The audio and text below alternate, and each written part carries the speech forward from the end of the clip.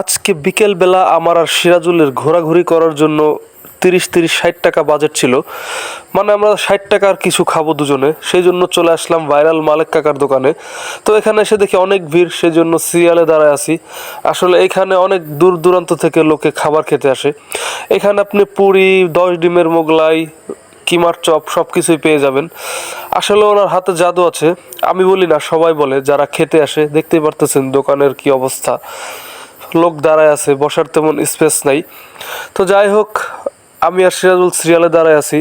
তো উনি পুরি ভাজতেছে, আমি বললাম যে আমাদেরকে 6টা পুরি দেন, মানে 60 টাকা বাজেটের আমরা 6টা পুরি খাবো। আর অনেক কিছু ছিল আশেপাশে, কিন্তু আজকে আমরা খাওয়ার জন্য পুরিটাকেই বেছে নিলাম, কারণ এটা হচ্ছে মালেক পুরি।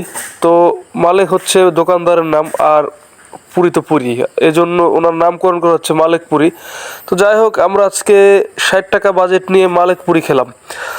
অন্য কিছু খাওয়া যেত, কিন্তু আজকে আমরা প্ল্যানিং করছি যে আমরা মালেকের পুরিই খাবো, ঠিক আছে? তো আসলে শিবরামপুরে এটা